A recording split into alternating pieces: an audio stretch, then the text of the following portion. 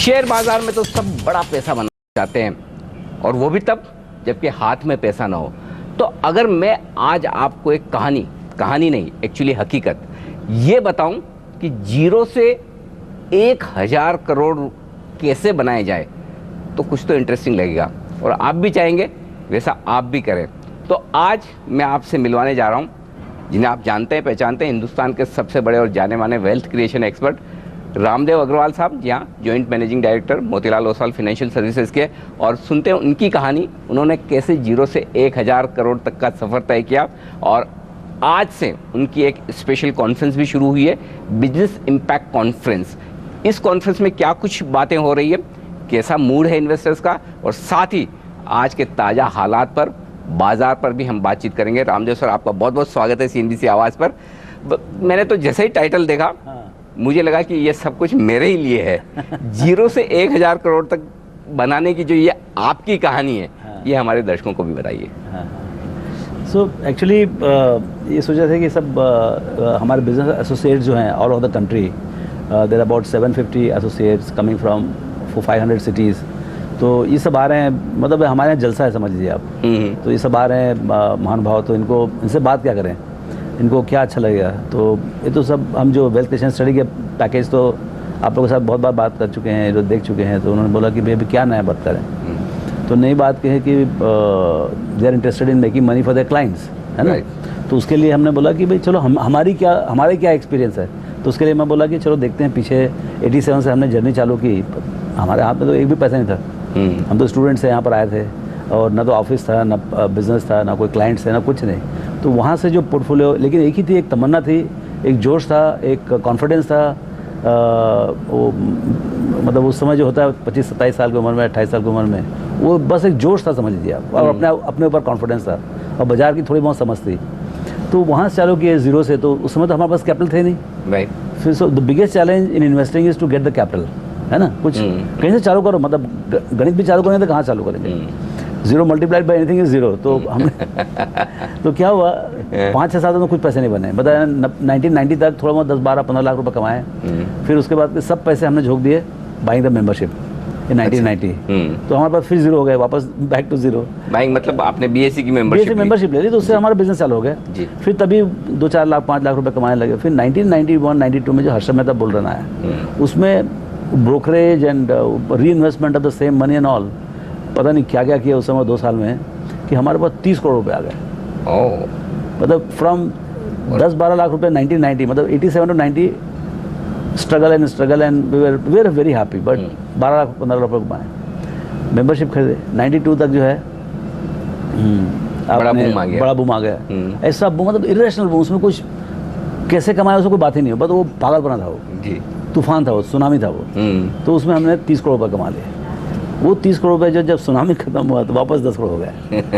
फिर भी 10 बच गए, ये बड़ी बात है। 10 बच गया, वही that became the main capital. Okay, then फिर बफेट साहब मिल गए 94-95 में। तो फिर उसका थोड़ा सा, उस समय क्या था, जब 94-95 में करीब 225 स्टॉक थे मेरे पास, सब बैड डिलीवरी, ये वो, कुछ हमारे खरीदे हुए, कुछ डिफ़ॉल्ट में आए हुए, कुछ बैड डिलीवरी में आए हुए क्लाइंट से, इंस्टीट्यूशन से, सब ऐसे 125 शेयर थे मेरे पास। And there was no management and भगवान मालिक था, मतलब clearly there was no skill till 94-95। Okay, otherwise we would not have had 225 stocks. तो उस समय कोई स्किल नहीं था, खाली किस्मत के भरोसे जिंदा थे, और ऐसा लगता था कि हम बहुत होशियार हैं। खास बात तो ये है, मतलब अंधकार में थे हम पूरे। बफेट साहब ने हमारा थोड़ा ज्ञान दिखाया, थोड़ा ज्ञान दर्शन किया। फिर उसके बाद जो हम पहले तो 225 से मैंने 15 स्टॉक कर दिए उठा के नेक्स्ट ईयर। पूरा बेच दिया, पूरा के पूरे। उस साल ही मेरा पोर्टफोलियो डबल हो गया। Okay, then we started doing wealth creation studies. Okay, now so वो इन्वेस्टिंग ब्रोकिंग चल था, but it was a very bad market. 92 के बाद 4.5 का इंडेक्स हुआ था, और उसके बाद इंडेक्स वो 3000 3.5 में बहुत मरे हुए घूम रहा था पूरा। फिर छोटा सा फिर बुल रन आया 2 साल का, टेक बूम आया, Y2K बूम। उसमें हमने Infosys, Mastek, all kind of tech companies, आपका NIT, फिर ह्यूजेस टेलीकॉम, ये सब में हमने बहुत पैसे बनाए। तो उसमें हो गया हमारा पोर्टफोलियो जो है, जो rest of the portfolio became 20%, और ये टेक पोर्टफोलियो जहाँ पर हमने 2-5% से लगाए होंगे, वो हो गया 80%। Okay, and I remember 1/1/2001, it was 100 crore plus. That 10 crore जहाँ चालू किए वो गए 100. Okay, but it was a mix of some new money and investing and all. But it was a very focused strategy. So one thing came in our strategy was focused strategy. जो भी करने का 12, 15, 17 company रखने का and play with buy and hold kind of a strategy. फिर wealth creation study चालू रहा. Every year we are doing wealth creation studies, something we are learning. फिर 2003 में वापस वो 100 करोड़ जो है 33 करोड़ हो गया. फिर वापस मंदी जो आया ना 2 साल 3 साल 2002-3 का मंदी was very bad. Right. Market was I think 8 single digit P हो गया था बाजार. Reliance was available for 7p. It was crazy. Price to book of the market was 1.2 1.3. तभी इंटरेस्ट रेट घटा जोर से. 12-15% इंटरेस्ट रेट वाला गिर के 5% हुआ 2003-4 में. उसके बाद जो बड़ा बूम आया, ग्लोबल क्रेडिट बूम आया, लेमन बूम आया, दैट 2003 to 2007. तब तक हमने क्या कर दिया था, पोर्टफोलियो को अलग कर दिया था from the company. So now there was no inflow of money from the company. So that 30 crores has become now about 1,100 crores. And there is no inflow. So this is only, kind of because of the judicious deployment of money in the market with the help of wealth creation studies and our own investing frameworks. तो अब इसमें से आपने जो ये अपनी पूरी यात्रा बताई है कि किस तरह से आपने किया, किस तरह से पोर्टफोलियो बढ़े भी, कम भी हुए और फिर से बढ़े. 2-3 चीजें जो मैंने इसमें समझ में आई उन पे मैं पूछना चाहता हूँ. पहला तो ये जीरो कैपिटल से शुरू करना, और आम आदमी की ये कहानी है. सबके पैसे नहीं होते हैं. ये बहुत कम पैसे होते हैं, 10-20 लाख रुपए होता है. अब जनरली जितने लोगों से मैं बात करता हूँ सोचते क्या है कि पहले शुरुआत में थोड़ी ट्रेडिंग कर ली जाए और ट्रेडिंग से थोड़ी कैपिटल बन जाएगी. फिर उस कैपिटल को इन्वेस्टमेंट करेंगे. अब होता ये कि ट्रेडिंग में पैसा बनेगा नहीं बनेगा ये तो गारंटी नहीं, या तो टूट ही जाता है. अगर बन भी गया तो वो ट्रेडिंग से इन्वेस्टमेंट वाली आदत नहीं आती. वो ट्रेडिंग छूटती नहीं है. जब तक आप डूबोगे तब तो छोड़ोगे नहीं आप. तो इससे कैसे पार पाए? चालू ही मत करो ट्रेडिंग आप. अच्छा, हमेशा इन्वेस्टर हैं आप. I have never borrowed anything, I have never speculated in life. अच्छा, कभी नहीं. No F no trade. No, अरे एफ तो जानते नहीं क्या होता है. मतलब even A group B group होता था तो ए ग्रुप में मैं सौदा नहीं करता था तभी 80s में. Never I speculated, never borrowed. We always net cash. अभी हमारे पास बहुत कैश है बैलेंस शीट में. 3/4 of the balance sheet is net cash. We never borrow. I mean businesses borrow, मतलब जैसे आज एस्पायर है, हाउसिंग फाइनेंस कंपनी, तो उनका तो काम ही बोरो करने का. ठीक बात. But main balance sheet is never borrowed. तो इसका मतलब क्लियर है कि अगर आपके पास कैपिटल की कमी है, नहीं के बराबर भी है, तो जितना पैसा कमाएं आप, जितना बचाएं वो निवेश करें, इन्वेस्टमेंट करें. ट्रेड करके कैपिटल नहीं बनेगी. सो 2 चीज़ है इसमें. एक तो क्या है, आप एक तो ये है कि markets don't go in straight line. ये आप जान कर लीजिए. 1 का 10 होता है, 10 का 3 होता है. You should have that courage. 1 का 10 होने में तो बहुत मजा आता है, रोज दिवाली है, समझे ना. लेकिन जब 10 का 3 होता है तो आप में जिगर होना चाहिए कि भाई आप तुम भी शांति से बैठे रहो. 10 का 3 हो रहा है, मतलब 1 का 3 हुआ एक्चुअली, लेकिन आपको दुख इस बात का रहता है कि मेरा 10 का 3 हो गया, समझे ना. तो वो चीज़ नहीं होना चाहिए. वही सबसे बड़ा एक तकलीफ आ. So market doesn't go in straight line. अच्छा, second, understand power of compounding. वो एक सबसे खतरनाक चीज़ है. लोग कंपाउंडिंग के बारे में बात करते हैं लेकिन प्रैक्टिस को नहीं करते हैं. राइट. सो आप यदि 25% से आप यदि मान लो 1 करोड़ से भी चालू करें अभी, तो आपका 10 साल में 10 गुना होगा, 20 साल में 100 गुना होगा, और 30 साल में 1000 गुना होगा. राइट. सो या तो आप 10 करोड़ से चालू कर लीजिए तो आपको 20 साल में 1000 करोड़ हो जाएगा, या 100 करोड़ से चालू करिए आपको 10 साल में 1000 करोड़ हो जाएगा. तो डिपेंडिंग ऑन हर तरह के लोग मिलते हैं ना. राइट. सो यदि 10 लाख वाला बंदा है उसको 40 साल लगेगा 1000 करोड़ कमाने के लिए, तो थोड़ा जल्दी चालू करना पड़ेगा उसको. ठीक बात. लेकिन आज के दिन में 20 से 25 साल की उम्र में 10 लाख बहुत बड़ी चीज़ नहीं है. इस बातचीत में वक्त एक छोटे से ब्रेक का. ब्रेक के बाद जल्द लौटेंगे और कुछ इंटरेस्टिंग बातें हैं जिन पर मैं राय लूंगा रामदेव सर से इस छोटे से ब्रेक के बाद.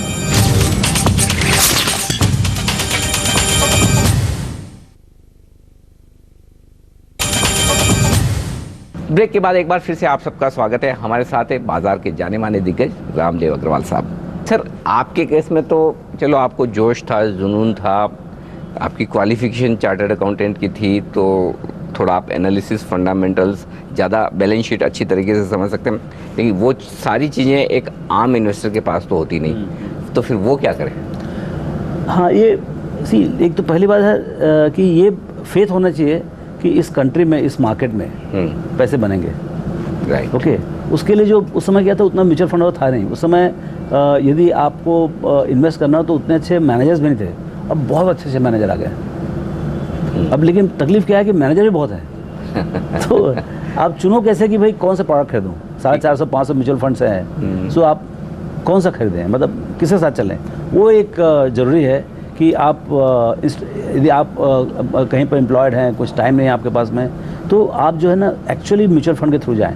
1-1.5%, 2% उसको ये दें, क्या नाम, मैनेजमेंट फीस दें, एंड वो आपको पूरा काम करेगा। वही एनर्जी आप अपने प्रोफेशन में लगाएं, आपका बहुत उन्नति होगा और वहाँ पर कुछ कन्फ्लिक्ट्स नहीं आएंगे। So doing it your self, कि मैं ये शेयर खरीद लूँ, ये 25 गुना हो जाएगा 50, मेरे ख्याल से वो बहुत डिफिकल्ट है। जिसके पास टाइम, और ये तो हमारा तो प्रोफेशन ही था शेयर बाजार में काम करने का, तो एक चीज़ अलग है, समझ ना।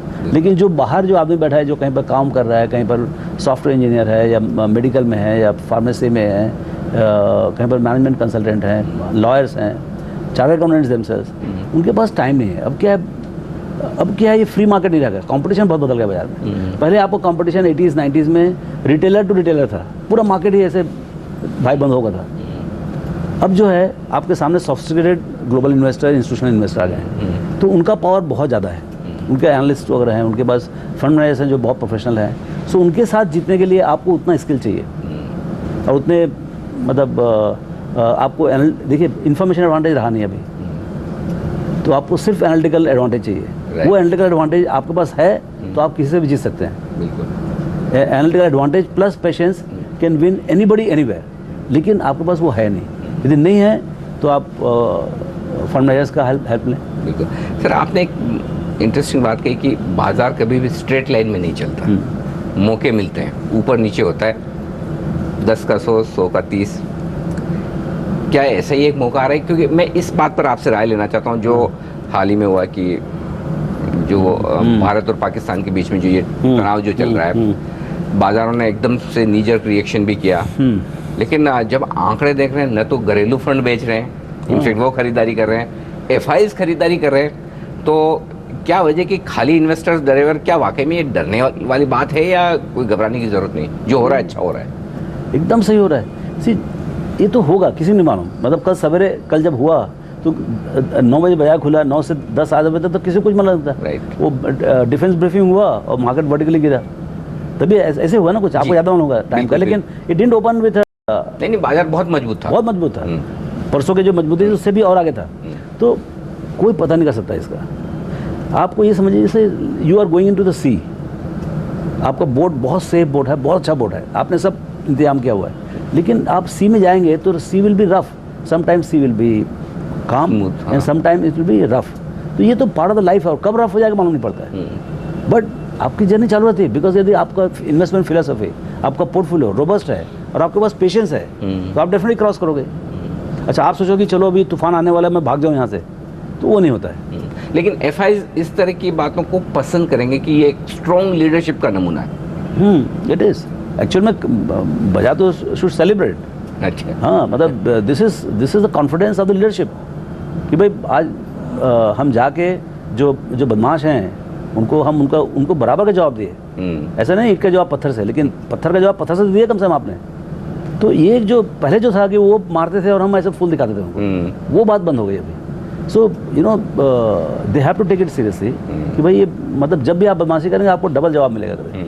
तो ये जो माहौल बन रहा है, इससे क्या होता है कि it goes in every walk of life. जैसे भी आपका टैक्स डिस्क्लोजर है, अभी जितने जिन्होंने लैक्स जो टैक्स एडमिनिस्ट्रेशन था, उसी कारण से जिन्होंने जितना भी मतलब अनडिस्क्लोज इनकम इकट्ठा कर रखा है, अभी देखिए वो वार वहाँ पर काश्मीर में हो रहा है, ये वार यहाँ पर बिजनेस फील्ड में हो रहा है। ये वहाँ पर जवान अपना मतलब शहीद हो रहे हैं, वहाँ पर इतना मेहनत कर रहे हैं। एटलीस्ट बिजनेसमैन यहाँ पर जो ट्रू सिटीजन्स हैं, पैसे कमाने के बाद तो कम से कम आप अपना टैक्स कंट्रीब्यूट करिए। That is the least we can do. हम तो जाके लड़ाई नहीं कर सकते वहाँ बंदूक उठा के, लेकिन एटलीस्ट हम कंट्रीब्यूट तो कर सकते हैं देश नेशन बिल्डिंग में by giving our taxes. So मेरे ख्याल से today is the last day और tomorrow is the last day, we must come with full force. यानी कि ये एक अच्छा मौका है, बहुत अच्छा मौका है। और बजाय ये कि सिर्फ मैं बताऊँ आपको, जीत किसकी होगी भाई? सरकार की जीत नहीं होगी इसमें, जीत होगी जो आदमी डिस्कस करेगा। अच्छा।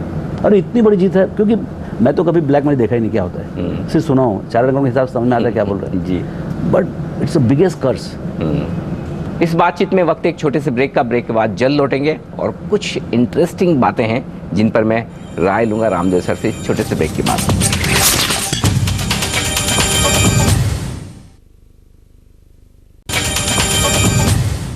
ब्रेक के बाद एक बार फिर से आप सबका स्वागत है। हमारे साथ है बाजार के जाने माने दिग्गज रामदेव अग्रवाल साहब। रामदेव सर, एक और बात जो आपने कही कि